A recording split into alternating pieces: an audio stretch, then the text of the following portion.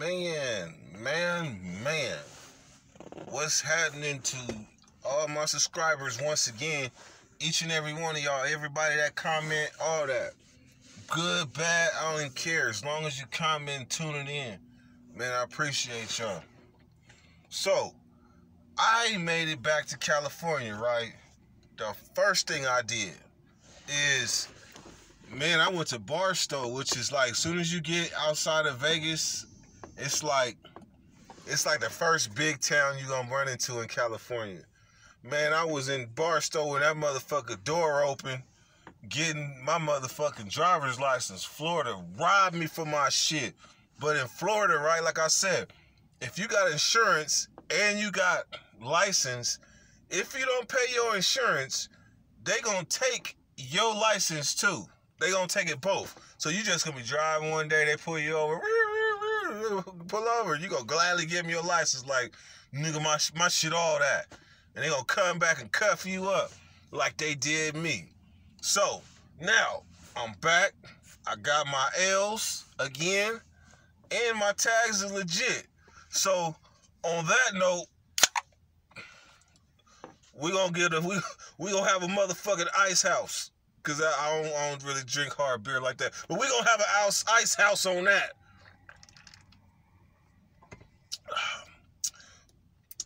And I'm gonna finish the story about this motherfucker little daddy. It was somebody in particular that got at me that wanted me to finish that. And I'm gonna be honest.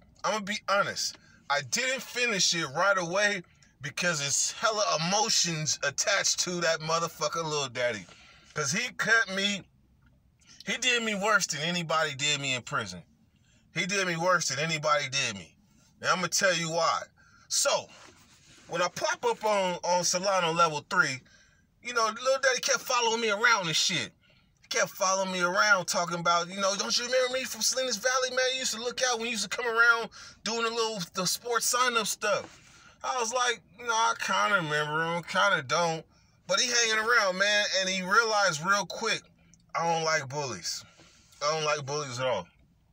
If I see somebody getting bullied, I'll probably be the one to stand up and be like, look here, pick on me.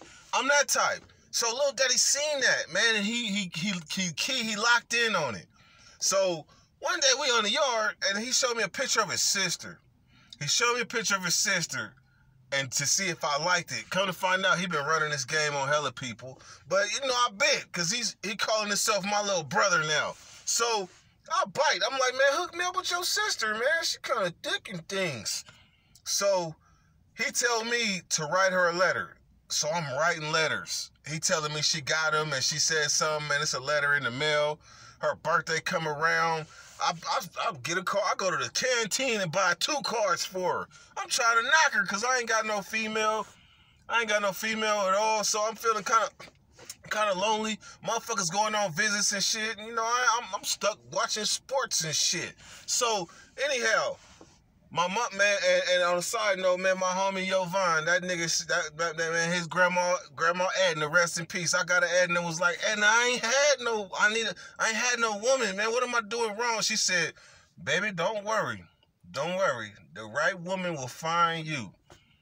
Okay, so she found me and lassoed me. But anyhow, back to the story. So, little daddy, man, I'm like, man, what's up, man? You going on visits? And she said, yeah, my sister coming. So he got me telling my mama, come up here on this day because his sister's coming out, and I'm trying to link up with him and his sister.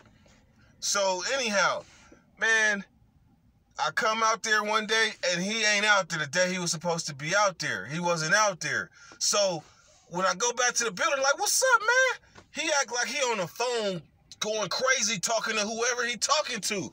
And I should have seen that was fishy then, that he was putting extras on it. I should have seen it. But I wasn't tripping then, because I'm you know, this little bruh. And, you know, I'm a loyal motherfucker. Once I call you bruh, you bruh. So, anyhow, so we move in the cell together. Man, I say not even a week into the cell, right? Man, why was I cleaning up the cell? Man, I'm doing it, too. I got hella shit. I got, man, 4 boxes, like, I got, like, like 2 boxes of food, 2 boxes of canteen, 2 TVs, 2 Super 3s, equalizers hooked to the Super 3. Super 3 is like a boom box type thing. But I got a Sony boom box with an Iowa TV. I got a handheld TV and somebody TV up under the bunk that owed me some money. I got fans, I got metal hot pots, because we was cooking fat shit up in that thing. We was cooking fried fish. My fried fish tastes like chicken in them deep metal hot pots we had up in that thing. All right, hella shit. So, anyhow, man, one day this motherfucker at work, right? And I just happened to be cleaning up. I'm on the top bunk because he was there first. I'm cleaning up down behind his TV. Why did I find a motherfucking birthday card that I sent to his sister? I think my whole life changed. My whole life changed when I found that card. And for the record, I don't even drink beer. But this celebration, because I got my L's, bitch. But, so, I found this card, and the motherfucking, it was the birthday card that I sent to his sister. So I was like, what the fuck? This dude been playing me the whole time. The whole time. So, man, I pull his box out from under his bed. I'm like, motherfucker. So I start going through his shit. Man, I found every motherfucking letter I wrote his sister.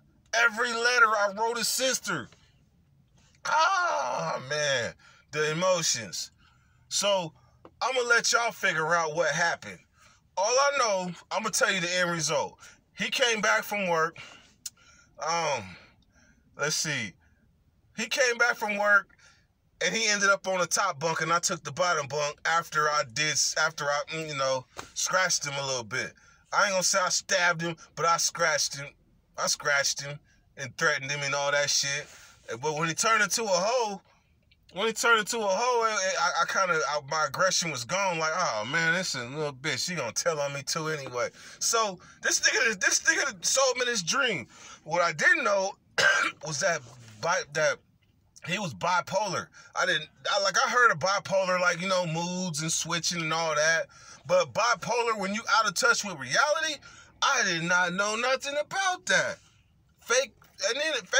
You make up fake characters and all that shit. I didn't know nothing about that, man. So I was caught off guard, man. I was hurt. That's the first time I was really, really, hurt like that.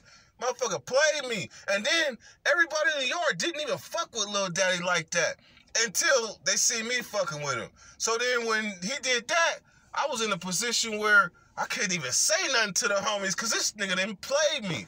So, anyhow, man. So then about, 3 weeks later, that's when the motherfucking police come to the cell and I go take them on a high-speed chase and all that. So then from the high-speed chase, then I told you I went on suicide watch. First I went on potty watch, and they didn't get nothing from me, remember, because I ate the little shit that I had. And then from potty watch, I went to suicide watch. Remember the first time they tried to hit me with the second time they hit me with the needle, and we tussled in the motherfucking thing. Then I went on the suicide watch. Then I went on my journey, right? Then when I came back, they put me on the yard. Like me and Lil Daddy was cellies on the 2 yard.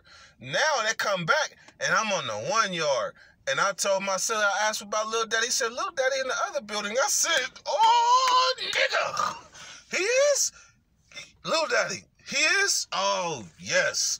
So that very next morning, when that door opened, first of all, he kept ducking me for about 2 days. There's 2 chow halls in Solano. So when your building comes, they'll put you in one, and then the next building comes, they put you in the other. Then the first come, first leave. So what I did, I had to, because if I figured out what he was doing, he was getting his chow and going back to the building hella fast. So what I did is I just said, fuck that chow, and I just waited for him outside the chow hall. So he had his cousin Roland with him. Because I don't know if Roland knew or not. But as soon as that nigga came out the chow hall, I was running. Full speed trying to get that nigga. They looked at me running after him and joined the chase. Like, what this nigga running chasing this nigga for?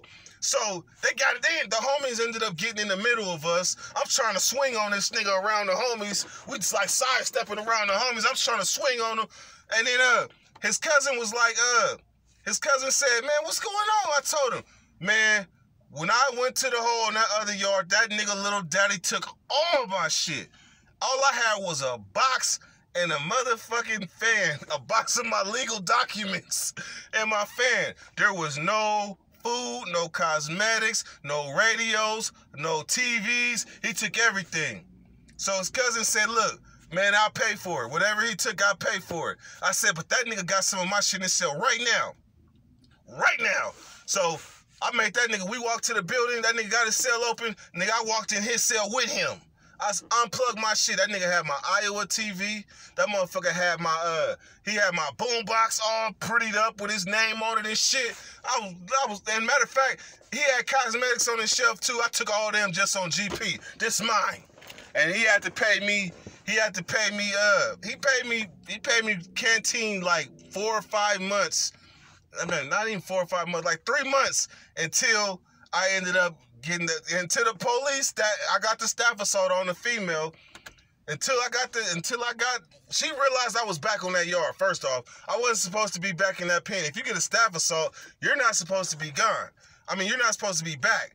This bitch was back not only was she there, but she was on the yard that they put me on. So I'm walking by her with my beanies all low, trying to be incognito. And then one day I was at work, and they called me down from the hill to the program office. I knew it was all bad. They called me in. Man, they put me in the motherfucking cage. They was like, yeah, Valdez found out you was back, and she don't think she's safe here, so you gotta go. Oh, man. But anyhow, so I think I'm sure I seen Lil Daddy at Folsom, but I didn't speak to him because the pain was too raw. So about 3 years later, I'm at Vacaville, and I see Lil Daddy in the kitchen. This nigga once I seen him, I was trying to decide, I'm about to go home in a year and a half. Do I get on this nigga or not? Because he in a wheelchair. This how karma gets you. This motherfucker Lil Daddy was in a wheelchair, and his legs had swell up. This motherfucker got elephantitis. Elephantitis. His motherfucking legs was like this. I'm talking about like this. So he was on the yard one day, and then somebody said, Lil Daddy want to talk to you. Man, I went over there. I came over there to him in his wheelchair. I said, I know you can't possibly think in a million years that it was about to be a good reception. Motherfucker, you hurt me more than anybody ever in prison. And you think I'm about to come over here and it's going to be fine? Man. And I went in on him until he was crying. Then next thing you know, it was yard recall. And I told that nigga, you push your motherfucking self back to the building. Because, man, fuck you. I'm gone. Anyhow, that's what happened to Lil Daddy, man. That's what happened to that motherfucker stole my shit. Anyway, Dirty Weather, appreciate y'all. Gone.